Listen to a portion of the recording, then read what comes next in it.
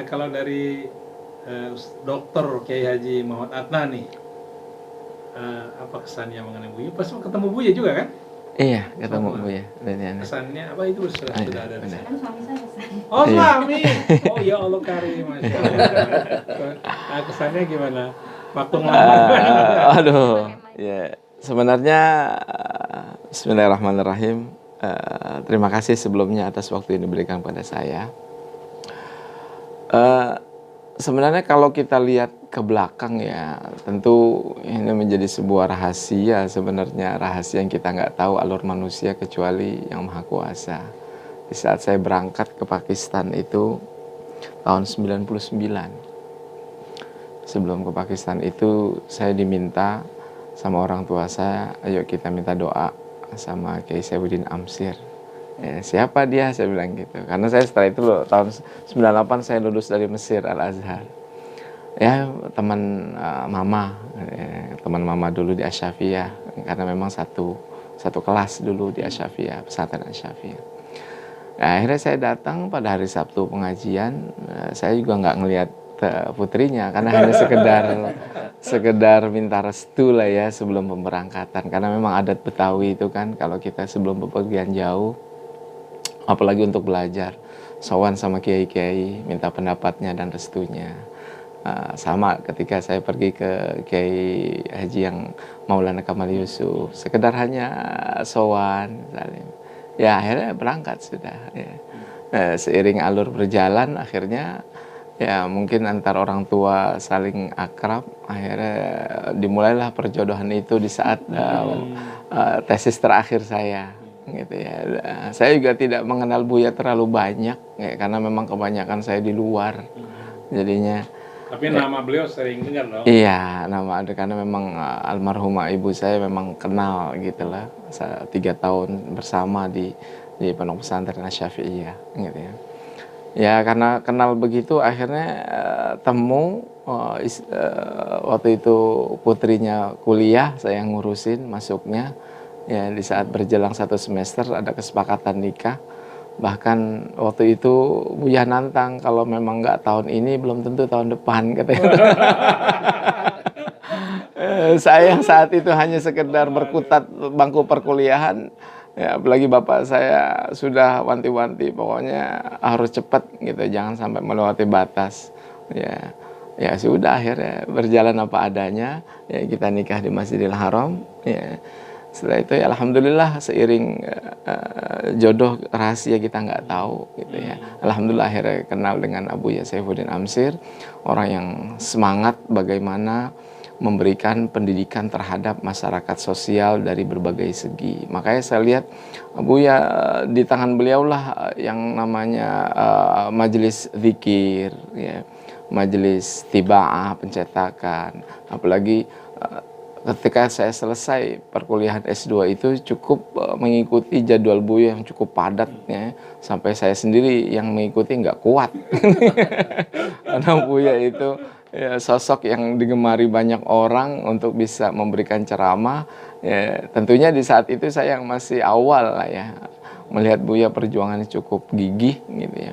Makanya di tengah-tengah kesibukan beliau kesana kemari ngajar ceramah, akhirnya secara perlahan beliau di tahun 2005 pertama beliau bangun Yayasan Sibghatullah Terpadu ya.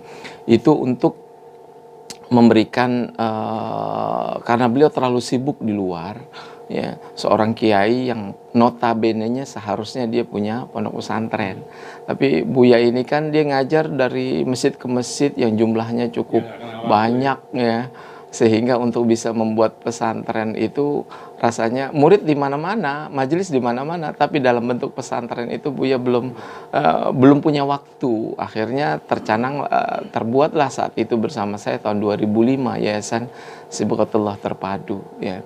Seiring hal tersebut akhirnya kemudian salah satunya yang digaungkan oleh Buya adalah Mahat Ali Zawiyah Jakarta. Di saat itu kenapa muncul Zawiyah? Ya, karena Buya selaku dosen di UIN banyak pojokan-pojokan ya, pojokan Iran, pojokan Amerika, pojokan ya banyak dari berbagai negara lah ya. ya, corner-corner yang diciptakan dalam instansi pendidikan resmi. Nah, Buya mencoba memunculkan pojokan atau corner yang tidak dimiliki orang, gitu ya. Salah satunya adalah Zawiyah Jakarta. Yang ingin Buya munculkan adalah keislaman orang-orang Betawi yang seharusnya dipertahankan, tidak seiring tercebur atau tenggelam dengan gemerlapnya kota metropolitan, gitu loh. Itulah yang kemudian akhirnya dimulai dengan murid-murid Buya ini sebenarnya orang-orang hebat-hebat semua, orang-orang yang sudah sudah berkibar namanya di masyarakat. Nih, banyak di antara kita ustadz-ustadz yang jebolan-jebolan S1, ilmunya sebenarnya sudah mencapai S2, S3. Cuman karena dia tidak memikirkan ya perkuliahan secara resmi gitu ya, akhirnya ya mereka sudah banyak berkiprah lah di masyarakat ya. Hanya artinya kalau dari segi intelektual mungkin bisa melebihi karena mereka sudah mampu baca kitab-kitab begitu banyak ya. Namun seiring berjalannya waktu, pendidikan kan harus dibarengi dengan label gelar yang seyogianya itu menjadi satu kesatuan utuh. Disinilah tampil Buya Mahat Ali Zawiyah Jakarta untuk memunculkan para ustadz-ustadz yang memiliki kapabilitas dan kualitas yang mumpuni ya, kemudian dididik oleh Buya hanya sekedar ya setahun 2 tahun memiliki tesis ya, dan tesisnya cukup bagus gitu, apalagi tesisnya berbahasa Arab yang orang konon tidak ya di berbagai instansi pendidikan tidak banyak lah ya seperti itu. Ya, akhirnya bergulirlah itu dari tahun 2009 dari murid-murid senior sampai tahun saat ini 2022. Ya, artinya kita tidak mencuatkan pendidikan yang bersifat formil karena memang kalau formil banyak aturan gitu ya. Buya itu paling nggak suka aturan. Ya, kita punya instansi pendidikan kita yang atur ya, kurikulumnya. Sebab kalau kita ikut kurikulum pemerintah maka akan buyar karena tujuan Buya satu adalah bagaimana mendidik seorang calon dai para ustadz ini untuk bisa memiliki keilmuan di atas rata-rata, terutama untuk orang-orang yang menguasai kitab kuning gitu ya. Untuk menguasai kitab kuning mereka sebenarnya kapasitasnya sudah ada, cuman mereka butuh pengakuan dalam bentuk selembar kertas yaitu ijazah ya. Zaman sekarang apalagi zaman sudah reformasi, orang tidak lagi memikirkan ente keluaran mana, ente kampus mana, tapi yang dilihat adalah kiprah di masyarakat tuh bagaimana. Ketika orang udah kelihatan kiprahnya, ya mereka hanya sekedar membutuhkan label gini. Apalagi gua murid-murid Buya ini kan rata-rata orang-orang yang sudah kemana-mana, ya ketua masjid, ya ketua kepala sekolah, ya ini, ya itu.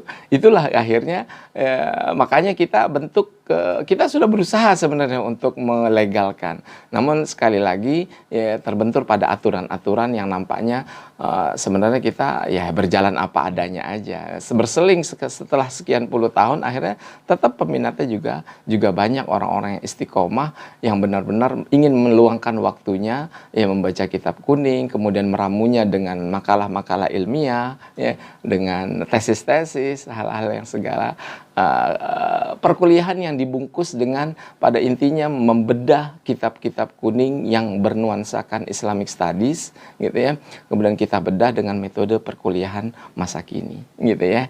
Itu mungkin sekilas perjuangan Buya yang saya sendiri sepeninggalan beliau terasa begitu berat, tapi rahasia Buya satu ya adalah keikhlasan, itu aja ya. Ya, keikhlasan, kalau keikhlasan itu dikedepankan, insya Allah Allah akan turunkan pertolongannya.